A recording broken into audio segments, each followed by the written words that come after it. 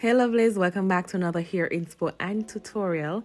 Today I'm going to show you how I achieved this look with my natural 4C hair. Notice how sleek it is. Well, stay tuned and I'll show you exactly how I got it done.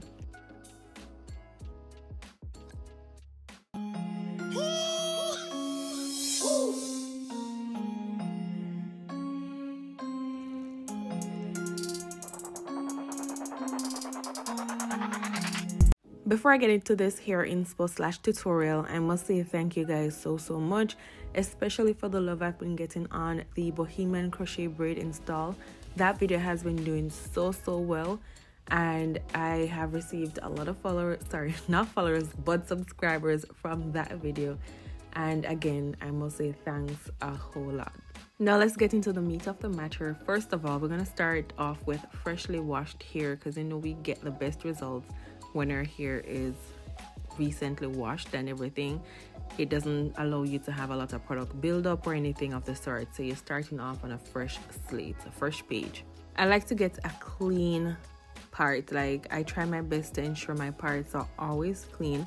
So to achieve that, I normally use the edge control that I'm using, or the hair wax that I'm using, to place along the part. Like, I'll just do a random part in the space I want it, and then use my finger to just glide it in, and then use the comb to go over until I've perfected it. Now that parting is out of the way, you're going to secure this section of the hair you're not going to be working with, because you don't want it to mess up all the hard work you put into the parting. Now I am using the hair wax to smooth my edges in and everything. I'm just going to take out a little bit for my little adult hairs, and the other side that I like to do as well. Then I'm gonna brush it in and smooth, after which I am gonna section that side and place the hair wax in between the parts so I can comb it and get it together just to have the sleek look. And you're gonna use just enough wax to sculpt it and get it together, and not too much, because you don't want to have a whole lot in the hair. And some may like to use gel. I don't like to use gel on my hair type because it does nothing for me. I prefer to use the wax, as the gel takes forever to dry, and I don't have that much time on my hands most times to wait for it to dry or to use a blow dryer to dry it. So with the wax, in a few minutes I am good to go. Plus, the results I get from using the wax is more desirable for me again, as opposed to using the gel. However, what I do like to do with the gel is to use it over the wax, because sometimes the wax can have this white residue. Not all the time, sometimes, depends on what else you're using your hair with it, which is best to use it when you've recently washed your hair and you don't have a lot of products to combat with it. So I like to use a black gel over the wax, and that prevents it from getting the residue, the white residue. And as short as my hair is, it is so thick. It's so thick and hard to work with sometimes, but I make it work. So I am almost through with my cornrow. I'm gonna just use one of these clips to hold it in place until I do the next side. So basically the same steps: parts or section the hair and apply the wax just a little goes a far way, and then you're gonna sculpt it, get it together, and then you cornrow in the section that you want. So whether you want a high cornrow or you want a low cornrow, it's up to you.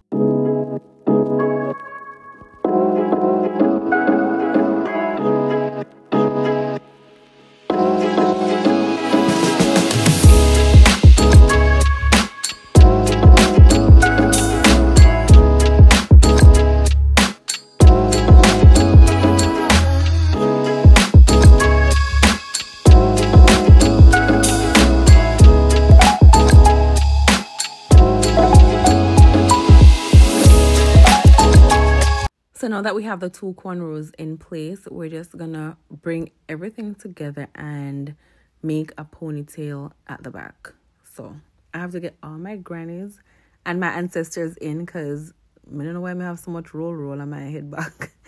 So I'm gonna try to get everything and sleek it, sleek it to the, how it goes, and then do my thing.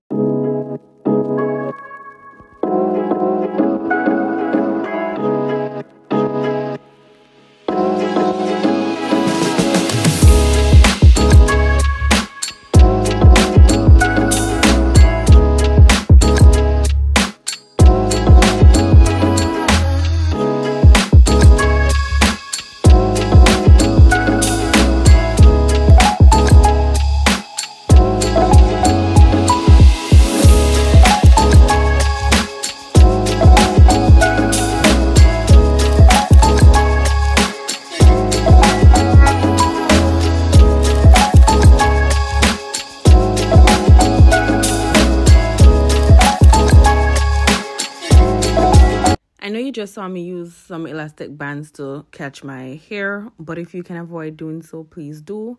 If not, use some oil to grease the bands before you put it in your hair to avoid hair loss.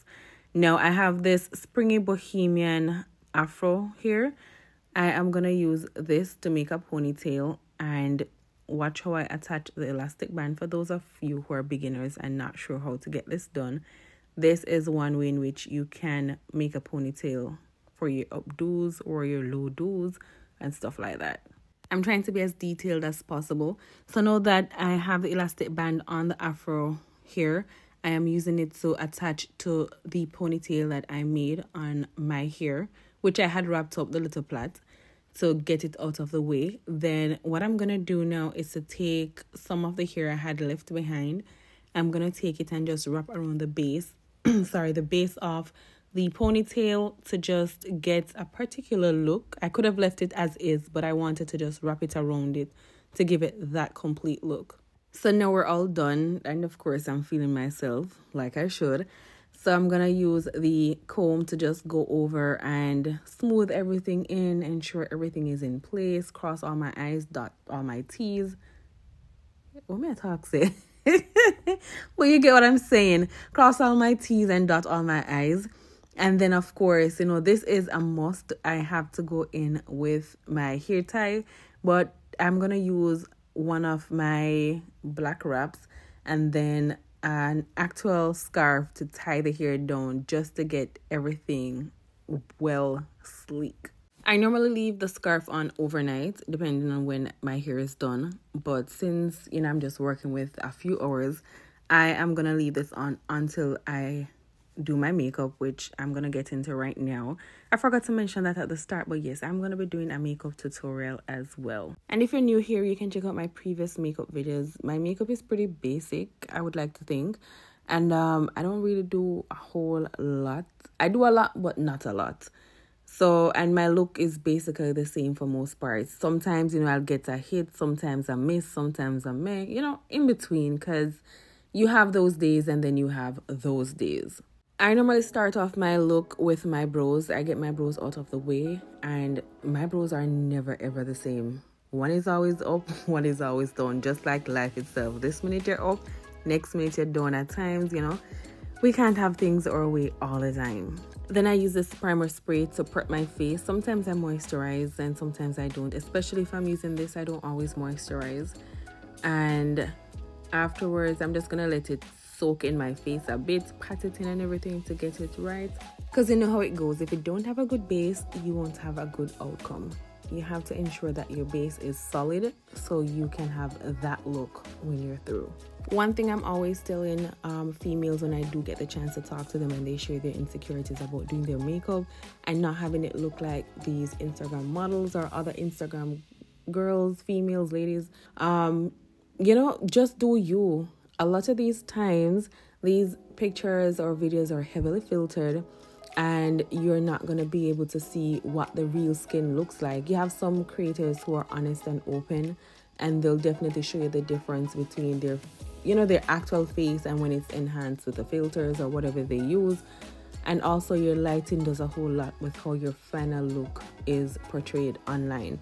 So don't mind if it's not looking that perfect, but take your time to just learn a little thing or two and apply it as you go, and trust me, it will go a far way. And to those that enhance their photos, that's totally fine, to each their own, because at the end of the day, you know, people do what they want to do and they're not responsible for how others perceive them or who look up to them and, you know, feel bad about themselves for them looking the way they do. But it's life and it happens. But at times, the more you know, the least you compare yourself to something or to someone. Boy, I've been so busy chatting, I forgot what I was on here doing. But I applied my color corrector, the orange one. I applied it in my dark areas because I have a little dark area under my eye and a little, you know, feel a little dark spot. I have been doing constant chemical peels so that, you know, it's been helping my skin a whole lot. I will update you guys on that soon in another video or two. I will update you guys on it, but I can definitely recommend that if you're able to do one, do it if your skin is looking dark and dull, or you have acne scars or acne marks, because I used to have a whole lot at the start of this year. So if I should compare then to now, trust me, big progress.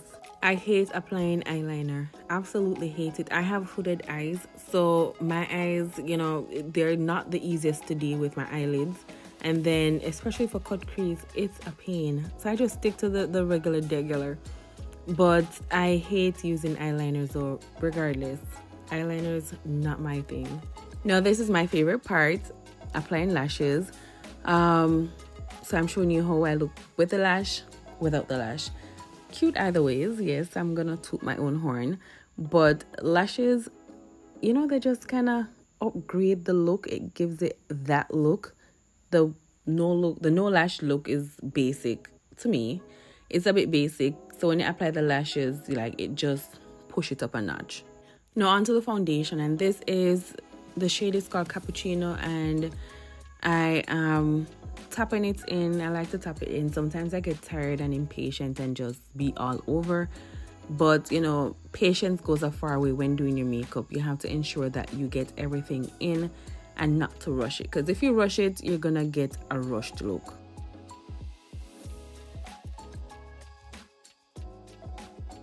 I'm gonna be using this concealer stick from NYX, and it's not gonna make that much of a difference, but it makes a little difference.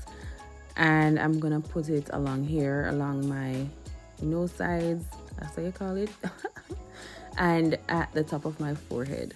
After which I'm gonna go in with my concealer, and I use a good old LA Girl, and I'm putting it in the areas, as you can see, where I'm applying it. And I am gonna pat it with a brush shortly after, and ensure that I pat up and not just spread it out.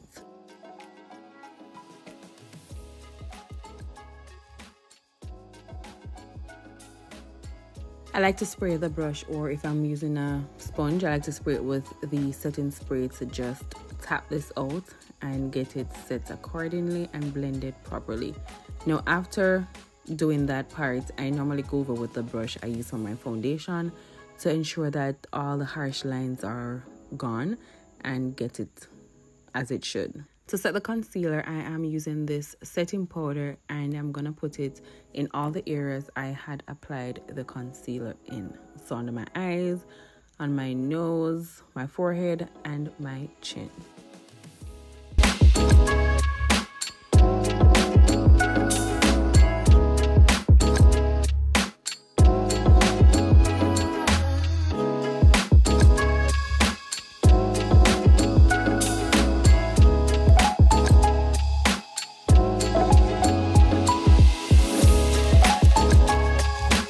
I don't have any time to bake. I am just gonna brush this off after leaving it on for like about 2 minutes. So I'm using a different brush from the foundation brush. So I'm using a powder brush now to just get this off. And sometimes I'll use some of the powder I'm gonna be using on my face to get the setting powder off, but this time I did not use any of that. And then I'm gonna apply my blush. Tell me why me use my heavy hands and apply way too much. So at this point, yeah, realize I mess up, but we move.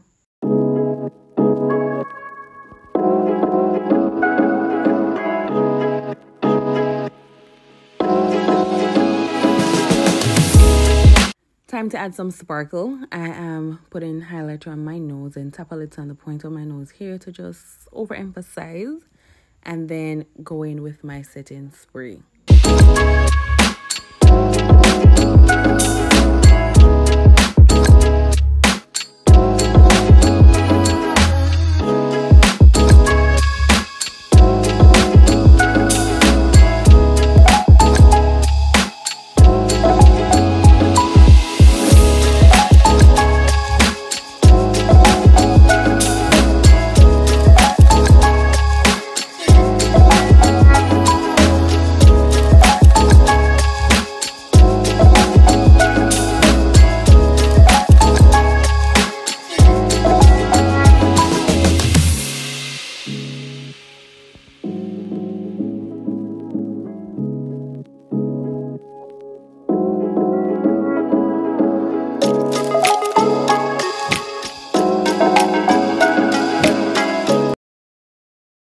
So this is the final look. Let me know what you guys think. Don't forget to like, comment, and subscribe if you haven't already done so.